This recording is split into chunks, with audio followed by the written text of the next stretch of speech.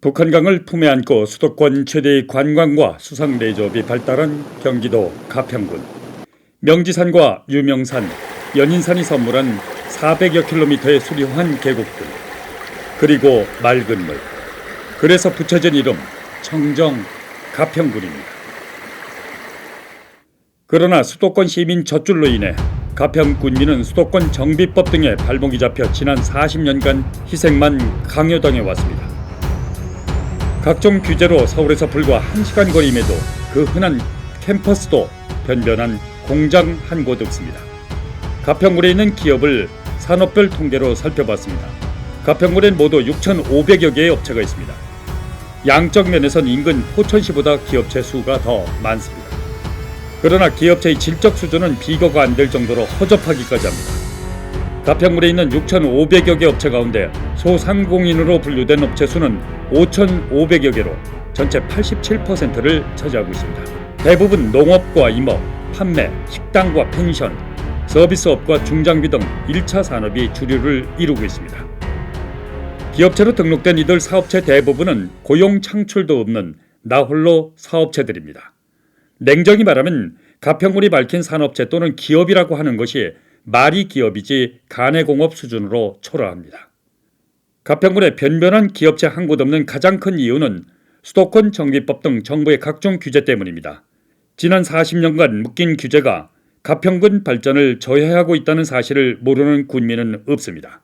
500여 가구의 소규모 아파트 허가를 받는데 최소 2년이 걸리고 결국 사업을 포기하는 사례도 적지 않습니다.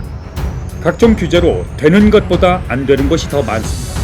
민원도 끊이질 않습니다. 그래서 나온 말이 청정이라는 가평군 슬로건입니다. 공직사회의 이런 현상이 민간 차원으로 전염돼 걸핏하면 청정합이라는 이름으로 집단 민원을 일으킵니다. 가평군에선 오염원이 없는 기업을 하려 해도 청정한 가평에 기업체가 웬 말이냐며 현수막이 내걸리고 반대부터 시작합니다.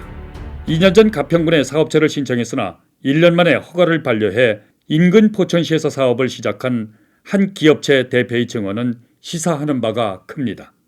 그 민원이 어떤 합당한 민원이냐 아니면 그냥 추측성 민원이냐 아니면 뜬금없는 민원이냐 이걸 파악해라. 그래서 그 서류상으로 문제가 없으면 그걸 해결하라 해가지고 거기 민원이 있는데 간결하게 해서 해줬어요. 6천여 개의 기업체가 있는 포천시는 기업 유치를 위해 시장을 중심으로 민관이 발벗고 나서고 있습니다.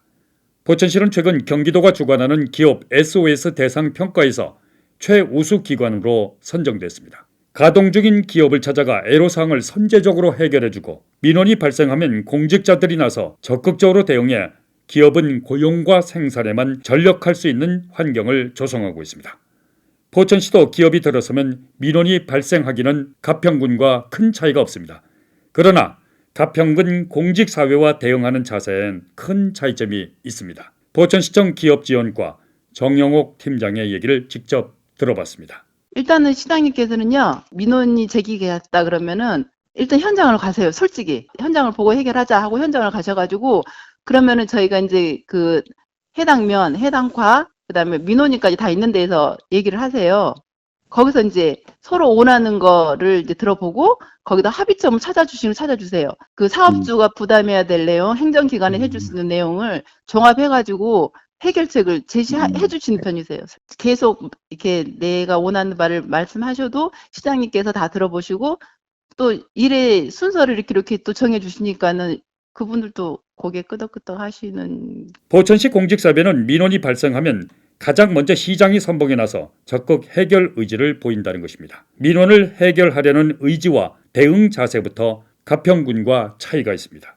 가평군 지역 발전을 위해 군민과 공직사회가 귀담아 들여야 할 것들이 적지 않습니다. 박윤국 포천시장과 전화 인터뷰를 했습니다.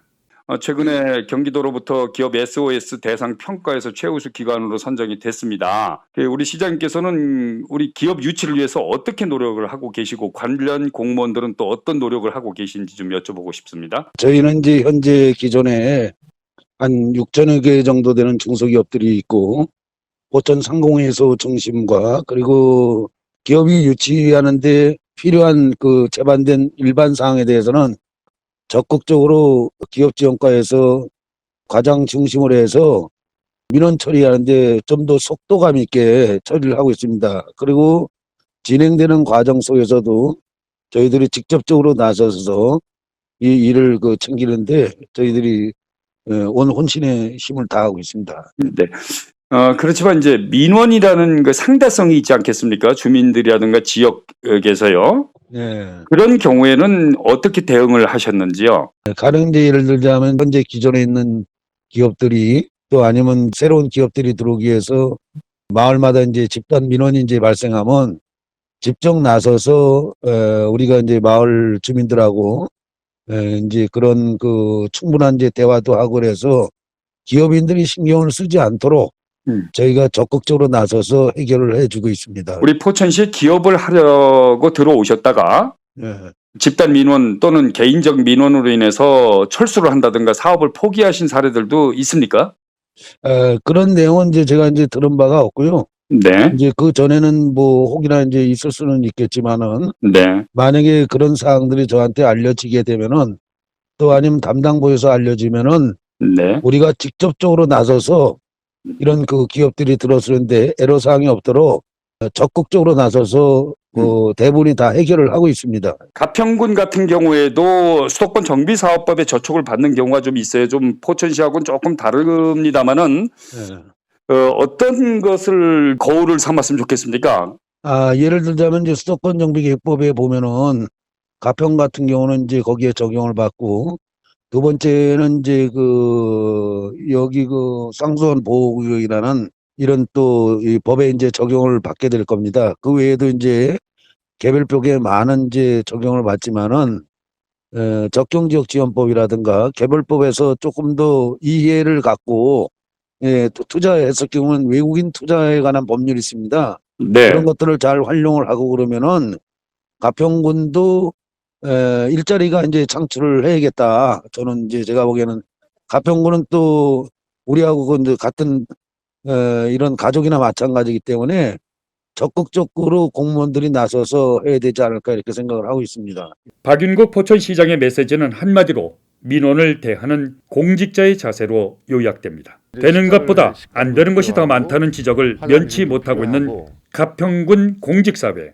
기자와 만난 한 공직자는 민원을 해결해도 반대로 외면해도 월급은 나오고 그렇다고 고가 점수가 올라가는 것도 아니라는 속내를 털어놓기도 했습니다. 그러나 공직자들은 재직 기간과 다소의 차이는 있으나 연차를 포함해 1년에 약 125일, 넉 달 넘게 노는 날이 많습니다.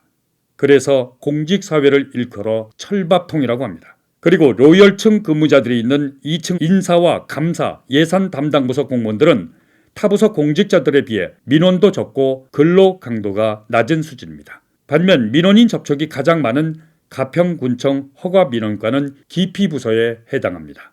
야근은 보통이고 민원인들로부터 폭력을 당하는 일까지 종종 벌어지곤 합니다. 그런데도 허가민원과 공직자들은 승진과 인사에 좋은 결과를 얻지 못하고 있습니다. 지역 발전을 가로막는 민원 등을 해결하기 위해 민원부서 공무원들에 대한 인센티브 제도의 도입도 대안이 될 수 있을 것입니다. 그리고 자리에 앉아 민원과 규제, 법탄만 할 것이 아니라 낙후된 지역 경제와 인구 증가를 위해서 기업을 유치하는 데 적극적인 교육도 필요합니다.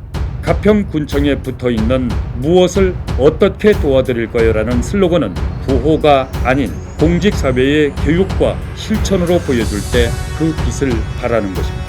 그리고 지역 발전을 저해하고 있는 민원들이 공직사회와 가평군민 스스로가 파놓은 청정이라는 이름의 늪에 빠진 것은 아닌지 냉철하게 생각하는 계기가 됐습니다. NGN 뉴스 정현수입니다.